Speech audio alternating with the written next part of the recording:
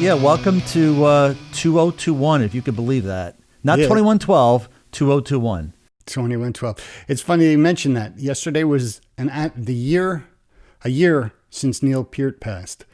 A year. I know, it's crazy. But I will tell you, the one thing, I'm glad you brought that up. The one thing I'm kind of pleasantly surprised at is there's been so many tributes to him, and not by people that I would have thought would have done tributes. Mm-hmm. So it's really been very, very interesting, and some unusual photos of Neil in not when he's playing or behind the kit, kind of lounging around, have kind of popped up recently. It's been very interesting to see that because there's really nothing else going on. Did you know he was in he had like a little comedy duo he was in with this guy named Stan and Neil? No, I'm kidding. No, I did not know that. But Oh, okay. I do have some Neil Peart trivia questions for you because you may or may not realize, folks, Ken is a big Neil Peart fan. So we're going to test his knowledge. Boy. How well does he know Don't be impressed, Neil Peart? folks. Don't be impressed. I'm giving myself one chance in three. So we'll start with what I think is an easy one. What is the first Neil Peart album, first Rush album that Neil Peart appeared on? Well, Fly By Night. Okay, very good. So far, you're 100%. That's not saying much. When Neil went to his audition, he put his drums in cases to safely transport his drums to the gig. And Geddy and Alex, when they saw the cases, were like, do you know what kind of cases they were? I really don't. I'm going to take a guess and say Anvil. They were garbage cans. They were garbage cans. Yes. Wow. That's impressive. Despite the fact that he brought his drums in garbage cans to the gig, he got the gig. So well, listen. If Cozy Powell could show up to a rehearsal and there's no drumsticks and he gets branches to play with, why can't Neil use garbage cans for bags? Is that really what happened? Yeah. Apparently, Cozy Powell was another one of my favorite drummers. Apparently, he was a wild card, very effective. He had a reputation of all business, got everything done, but played with army boots and. A little bit of a wild card, but a tremendous drummer and seemed like a great guy. Very, very nice guy, too. That's surprising. There aren't that many wild cards in rock and roll. Well, you had Keith Moon. I mean, you had John Bonham. You mean today? I'm totally being facetious. Oh, okay. So I want to ask you, with regard to the early stages of Rush, how long after Neil got the gig with Rush do you think his first live gig with them was? I really have no idea. I know they toured a tremendous amount in the very, very beginning, but I don't know. Oh, actually, I'm going to take a guess. If I remember correctly, I think John Rutsley quit a week before their tour was supposed to start. So I'm going to say 1 week. You're pretty damn close. It was 2 weeks. 2 weeks. And from bringing your garbage can to a gig, bringing your drums to a gig, an audition in garbage cans, to playing in front of 11,000 people 2 weeks later. They were opening up for Manfred Mann and Uriah Heep. And he was. Well, let me ask you this much. Do you think he brought the garbage cans to the $11,000 seat gig? Do you think he brought the garbage cans there? I would hope not. Could have called my pal Freddie Beato and hopefully he hooked them up. But that's so funny. If he did, those garbage cans would probably be worth something right now. Well, let me ask you this much, Duke. Were they the vinyl garbage cans or metal garbage cans? Do we know that? That I don't know. But being that it was in the 70s, I'm going to guess it was metal garbage cans. Type? Okay. Yeah, that's a fair guess. Okay. Interesting. Do you remember plastic garbage cans in the 70s? I don't think I do. I couldn't. I'm not really a garbage can aficionado, so I don't really remember when I've seen them. All right. Actually, I don't see them anymore because now everyone has the municipal ones with the wheels. Yeah. I'm a big aficionado of Fat Albert and the Cosby Kids. Why? I loved that show when I was a kid. And there were no plastic garbage cans on that show. It was all metal. Now, let me ask you. I'm Bill Cosby was the voice of Fat Albert? He was the voice of all of them. No, of Bill and Fat Albert. And yeah, I think those two. Okay. I think those two. That was a great show. Very funny. I loved it. Very funny. So right before we started rolling, you were saying how you weren't feeling well, and now you're feeling well, and you got to play hockey again. Being that Rush was from Canada, hockey's a big thing in Canada. Huge. Do you know if Neil loved to play hockey or not? No, but I don't. But I'll answer it this way. I didn't realize till I read it the other day and saw some pictures. Apparently, Alex Trebek was a huge fan, and I think he played. I know that the gentleman. What was the Duke? Help me here. What was the TV show of Bob Saget? Was it Three Guys and a Baby or something? Full House. Oh, I don't know. I think it was Full House. Okay. That guy, one of the actors there is Canadian. He plays. Okay. So I've never seen anything that he played. So I'm going to say no. One of the things that might have influenced his playing drums was the fact that he wasn't allowed to play hockey. Although he wanted to, he wasn't allowed to because he had very weak ankles, which ironically he used all the time playing drums. But I guess it's a lot lighter. Wow, very interesting. I thought very was interesting. Interesting nugget. Yeah, very interesting. So I know Getty's a huge, like ridiculously big baseball fan. Oh, really? Yeah, very, very big. I think he's into the collecting. I think he follows it, but very, very big baseball fan. Neil is known as a prolific lyricist. And he wrote, as far as I know, every lyric from the time he joined the band on. Or did Alex and Getty ever contribute? I don't know, because you know what's funny about that? I was reading the other day something. I know you were talking about Rush, but I was reading something the other day about Kiss, about when Peter Criss got credits, and apparently it was something really, I forgot what song it was. I don't know I don't think it was Beth, although it might have been. I don't know, but it's interesting you asked that question, because there seems to be some debate about the amount of contribution you get to get a writer's credit. So I don't know. It's possible they could have contributed something along the way. I don't really know. I know he was the prime lyricist and also an author. Great writer, very educated man, self-taught. So yeah, he was quiet with his mouth, but very vocal with his words, if that makes any sense. Very, very astute man, very well educated. And to the best of my knowledge, I don't know, but the Rush police will come get me, I know, but I do not believe he attended college. He was an avid reader, though, and a brilliant man. If you ever hear him speak, very intelligent, very, very intelligent person. Yeah, I don't know. One of the things that I read was he not only wrote the lyrics, but he would also, on occasion, not every song, but on occasion, he would suggest melodies to Getty. And Getty was very receptive to it. Wouldn't surprise me one bit. Would not surprise me.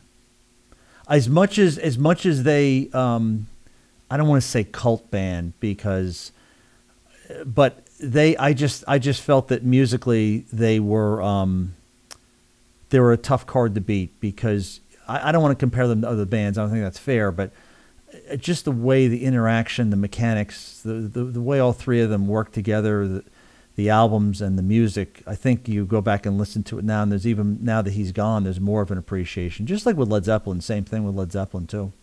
I have a fun question. Neil played the voice of a cartoon character. Really? True or false? I did not know that. Oh, you're asking me true or false. I have no idea. I'm going to say false. It is true. He played a watermelon seed in the movie Aqua Teen Hunger Force. Oh my gosh. In 2007. Duke, are you making this up? No, Aqua Teen Hunger Force, and he was a watermelon seed who played the drums. How does a watermelon seed play I the have no drums? idea. I have not seen it. I'm gonna have to check it out. And folks, I will look for watermelon seeds playing the drums. And folks, if you know any more about this, we'd love to hear it in the. Oh boy, would we ever! That one I'll have to In the look notes. up. I'll have to check that out. I'll Because- definitely have to check that one out. This is just a little snippet of information I got off the interwebs, and we all know that's 100% accurate. Absolutely, it is. We miss Neil's gifts that he gave us, but fortunately he gave us plenty that we can listen to and enjoy for the rest of our time here, at least. What I found along the lines of what you're saying, that he left us plenty of material that I found fascinating is, for whatever reason, like the last year, I've seen more videos come out than normal of people like explaining John Bonham licks. And the point I'm trying to make is, I don't remember the year Bonzo died, but I remember it was right when I was getting out of high school in 1980. And I believe it was right around 1980 when the man passed away. So you're talking about 41 years ago. And yet they're still dissecting songs that were recorded before 1980. And as if like, okay, we got this lick, let's explain it to you. Well, we must have heard the song for probably 50 years, and yet they're still dissecting it. So I think you will see the same thing of Neil Peart, pretty much like the same thing you see with Buddy Rich. They're still dissecting stuff that Buddy Rich probably played 60 years ago. Mm-hmm. Yeah. And if you're great, listen, if you're great, you're just great. That's just all there is to it. Well, you're great, Ken. Were you looking in the mirror, Duke? You know who I'm a little surprised about? This is going to come out of left field. You know who I'm surprised that I don't see people trying to recreate or explain more of is Gene Krupa. I'm a little surprised by that. I can't explain it. That's a terrible answer, Duke. You should be ashamed of yourself. Sorry about that. Because I'll tell you, he was extremely influential, extremely well known back in that era, and I was a little surprised that people didn't talk and kind of explain more of his I guess the fascination level, so to speak. I think you have some drummers like we talked about, Peart, Bonham, Buddy Rich, that fascination that people want to know everything to where they held their sticks and everything else. It's interesting how you get drummers that fall into that very, very narrow category. And when they're in there, people want to know everything about them. Mm-hmm. Everything. I think it might be the fact that when Krupa was popular, he was hugely popular and he was very much a performer. I think Buddy Rich, who came up at the same time, or, he took what Krupa did and he did it with so much technical facility that people saw Krupa, and I'm not taking anything away from him, but they saw him as a showman and they saw Buddy Rich as this incredibly superhuman drummer. And I think he stole the spotlight from Krupa when it came to technique and the actually what he was playing. That's what I'm guessing. I don't know that, but that's what I would guess. Well, you're 100% correct. Whenever you saw the two drummers together, there's no two ways around it. Krupa was much more demonstrative. He was more of a, I don't know if it's fair to say he's a showman, because Buddy Rich was a showman just because he was that good. But Krupa was an interesting character to watch him play. He was very interesting the way he played. And I'm just surprised that there hasn't been more of a resurrection with him or even Louis Bellson. But then again, though, there's of the jazz, big band, swing drummers, there's so many of them out there. There's so many great drummers out there. So I guess at what point, where does it end? And I'm sure the popularity of the music, like in the case of Led Zeppelin, has definitely something to do with it. Mm-hmm, for sure. Well, before we go, I just wanted to bring up one topic, and I don't want to belabor it, but I thought it was interesting. You and I had talked off camera previously about dry January. And dry January, for those who don't know, is when people take off the month of January from drinking. They drink no alcohol during the month of January.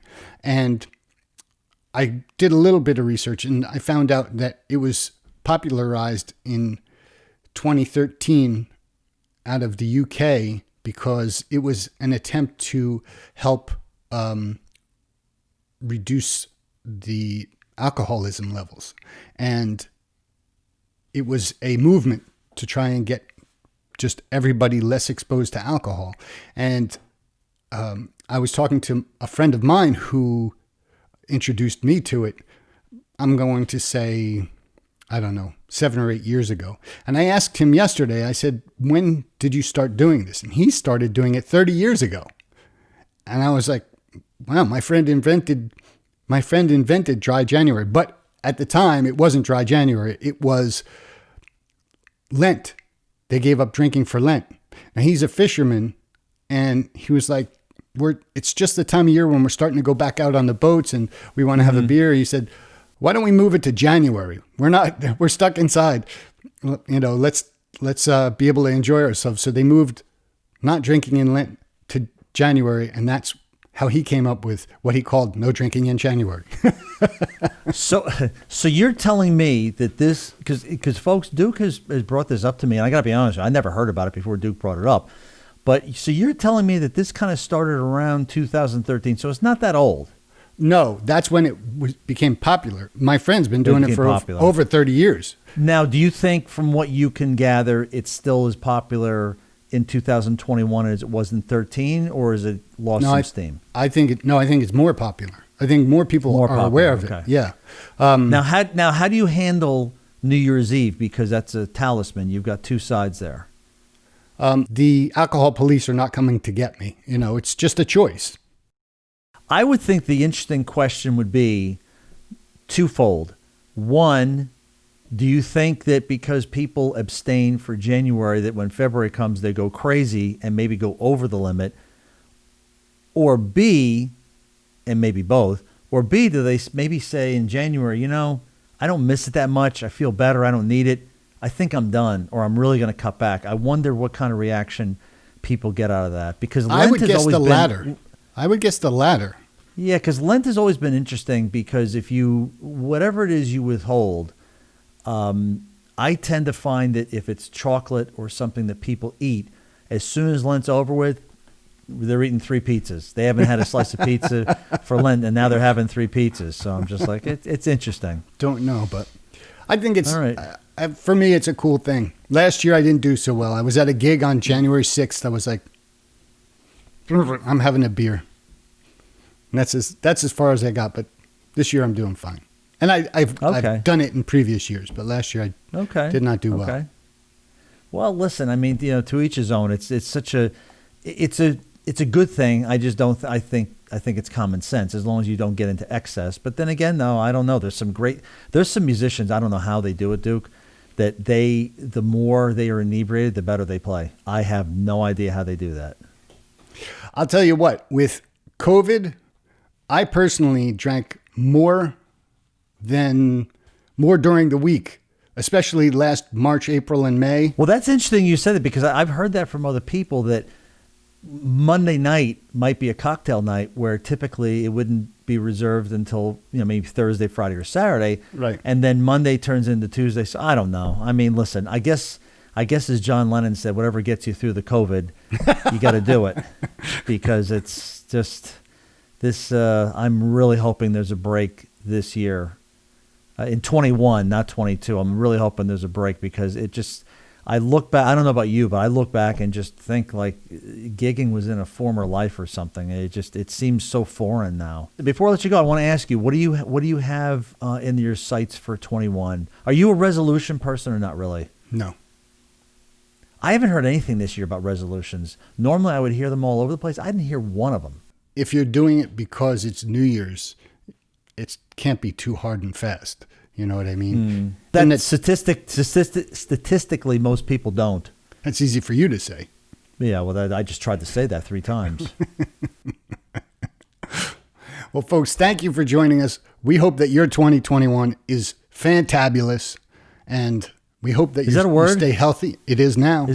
It is, okay. All right, good. You've doxed me. By the way, is dox. You know what that means, DOXX? Is that a word, or does someone make that up? I've never heard that. You've never heard that? No. Apparently what it means, and please, folks, don't give me some rope here. I think it means if I decided to go on the internet and expose your phone number and address, I think that means I've doxed you. Because now when I talk to my kids, I'm hearing this gaslight, dox, all these weird words that it's almost like I need a lineup card just to follow what the hell they're talking about. I don't know. Well, maybe I will dox you. I just won't tell you. But anyways, thank you as usual for listening. And we sure do miss Amy today, but she'll be back with us hopefully the next go round. And listen, everyone have a great new year. 2021 can't be any worse than 2020. Oh, don't say that. Don't say that. All right, take that back then. Don't gaslight me. Don't gaslight me there, Duke. We'll see you later. Take care. Okay, folks, take care.